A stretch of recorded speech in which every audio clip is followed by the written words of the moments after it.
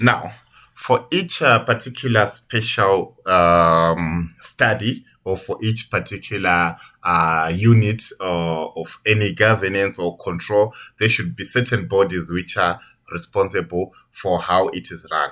By bodies, I mean it's literally organizations which are responsible for how it is run.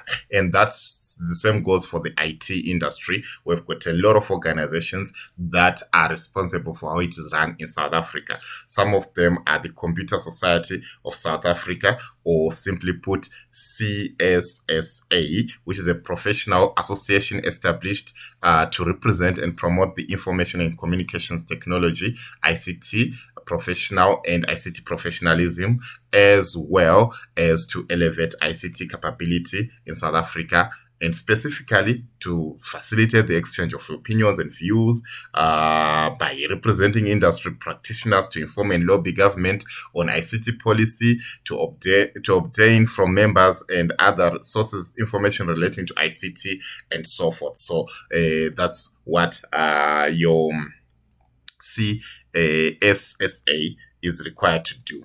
The other one that we have is what we call the ICISA South Africa, which has got more than 100,000 constituents in more than in 160 countries. It is a leading global a provider of knowledge, certifications, community advocacy, and education on information systems, assurance, and security. I think part of that is exactly what the name actually means. Let me just look exactly where they never really put the name here.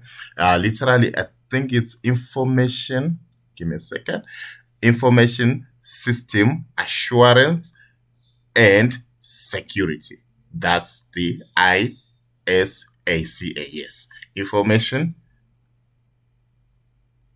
system assurance and security. That's what that particular abbreviation actually mean there. So it's actually responsible for this in a lot of countries, not just in South Africa. We just have a department in South Africa, but there are many other departments all over the world. It is located in many cities such as Johannesburg, Pretoria, Cape Town, Durban, East London, and so forth. And I would encourage you to get in touch with such organizations just to see what programs they have going on.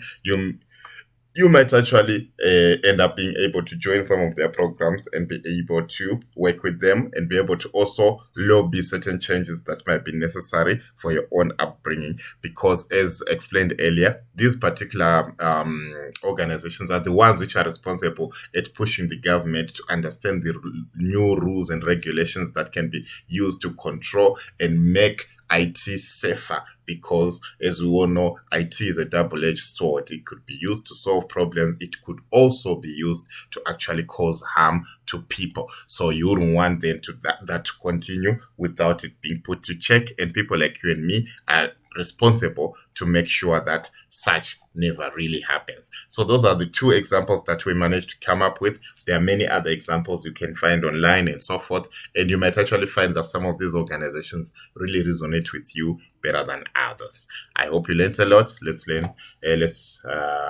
meet each other on the next lesson.